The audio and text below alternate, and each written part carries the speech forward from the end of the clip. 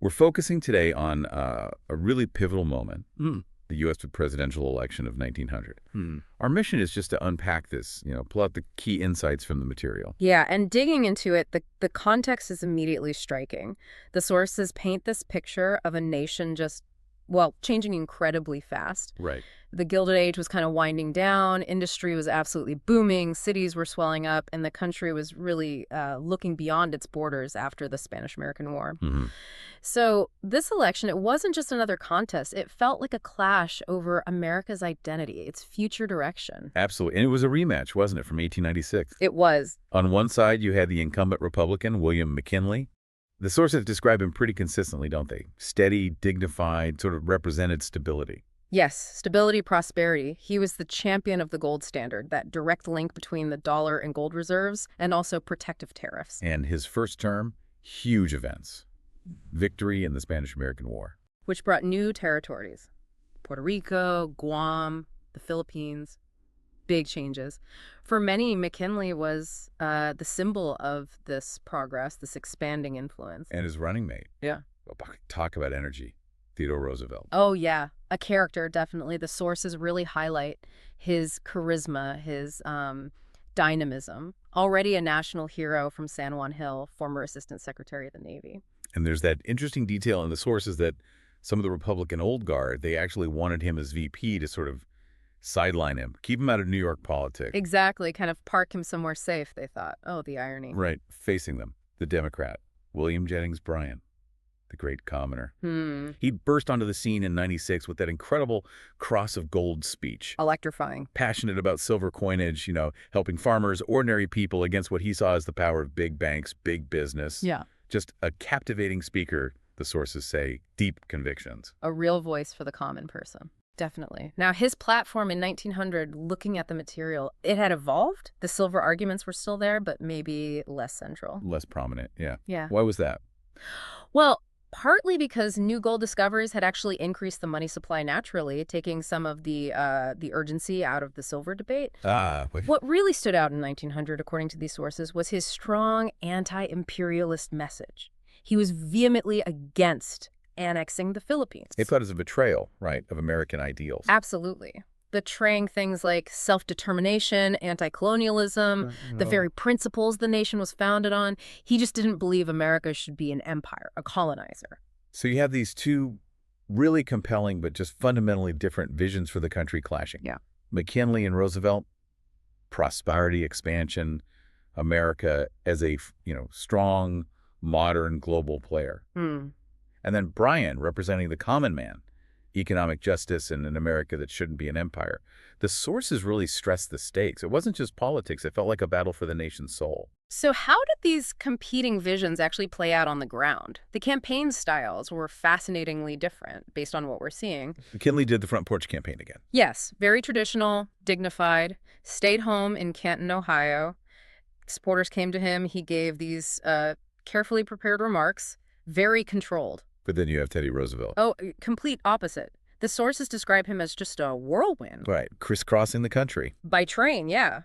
Hundreds of speeches, apparently just electrifying crowds wherever he went. He wasn't just reading something. They call him a master of the stump speech. Connecting personally, speaking off the cuff. Extemporaneously, yeah. The material suggests he might have been like the first truly modern campaigner in that sense, really taking the message directly to the people everywhere. And Bryan. He wasn't sitting still either. Oh, no way. Just as relentless, maybe even more so, he saw it as a crusade. Traveled thousands and thousands of miles. Speaking to millions. Pouring all his energy into that anti-imperialism argument, trying desperately to make that the central issue of the campaign. So you've got all this energy, these really stark differences. What do the sources say actually cut through? What resonated most with the voters? Well, despite Bryan's passion on anti-imperialism, it seems pretty clear from the material that for most people, the economy was the deciding factor. Prosperity was the trump card. The nation was growing. Things felt good economically for many, and the Republicans hammered that message home. 4 more years of the full dinner pail. That's a powerful slogan, hard to argue with when people feel it in their pockets. Exactly. And that potent economic message also kind of dampened the gold standard debate, which was so fiery in 96. Like we said, the new gold discoveries took some steam out of Bryan's silver arguments. Okay, and what about the war? The Spanish-American War aftermath? That must have been huge. It loomed very large, the sources indicate, but maybe not in the way Bryan hoped. How so? For a lot of Americans, the victory, getting those new territories, it was a source of huge national pride. Right, America flexing its muscles on the world stage. A sign of growing power. Yeah. Many saw expansion as, natural, maybe even a duty. So Bryan's anti-imperialist stance, well, principled, the sources kind of frame it as maybe being ahead of its time. Ahead of its time for a public caught up in nationalism and feeling prosperous. Yeah, that seems to be the read from the material. So as Election Day approached November 6th, 1900, what did the sources suggest was the likely outcome? It looked close. It really points towards McKinley and Roosevelt having a pretty strong advantage. That combination, the good economy, the national pride from the war, and then Roosevelt's incredibly energetic campaigning. Yeah.